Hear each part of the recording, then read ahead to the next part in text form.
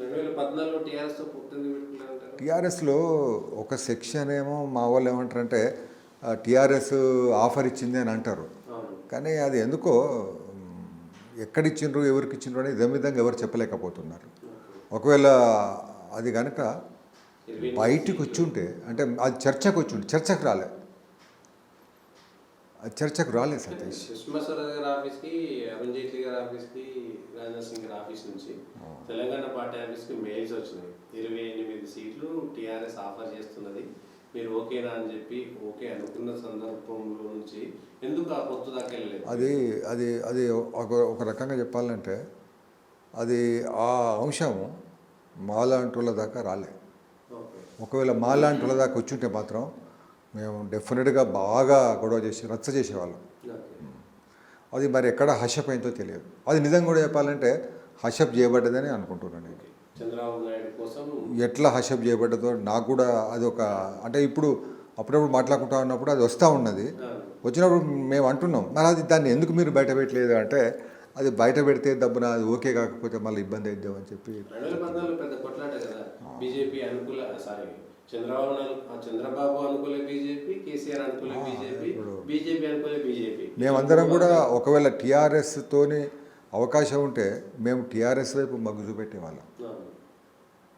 ఎందుకంటే అప్పటికే తెలంగాణ వచ్చేసింది.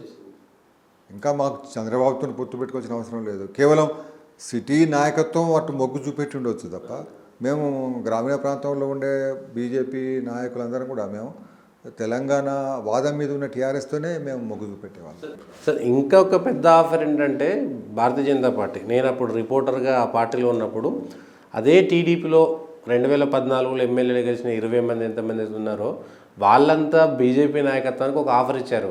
మీరు టీడీపీతో పొత్తు పెట్టుకోకండి, మేము అందరం టీడీపీ నాయకులంతా బీజేపీ టికెట్ మీద మేము వచ్చి పోటీ చేస్తాము, అసలు ఏదో దిగ టీడీపీతో మన సంబంధం లేకుండా అట్లా మీరు ధైర్యం చేస్తారంటే మేము రావడానికి రెడీ ఉన్నామని ఒక 15-20 మంది ఎమ్మెల్యేలు, సిట్టింగ్ ఎమ్మెల్యేలు, బీజేపీ నుంచి రెడీగా ఉన్నటువంటి వాళ్ళంతా కూడా ఒక ఆఫర్ ఇచ్చినా కూడా దానికి ఎందుకు ధైర్యం చేయలేదు? నాయకత్వం మేము అంటే అప్పుడు ధైర్యం చేయకపోవడమే.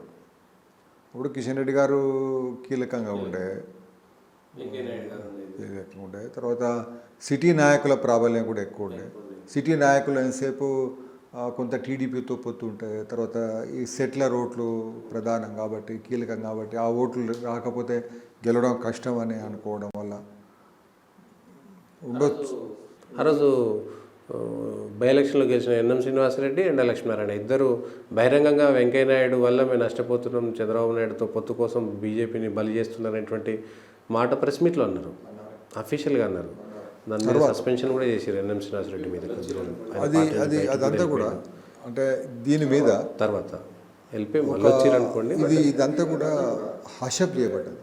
ఇది కొద్దిగా ఒక స్థాయిలో ఉన్న వాళ్ళకే తెలిసింది. కింది స్థాయి దాకా కొంత దీని మీద డిస్కషన్ అనేది అయితే మాత్రం డెఫినెట్గా 90% బీజేపీ కార్యకర్తలు టీఆర్ఎస్తో పొత్తుకే మొగ్గు చూపెట్టేవాళ్ళు.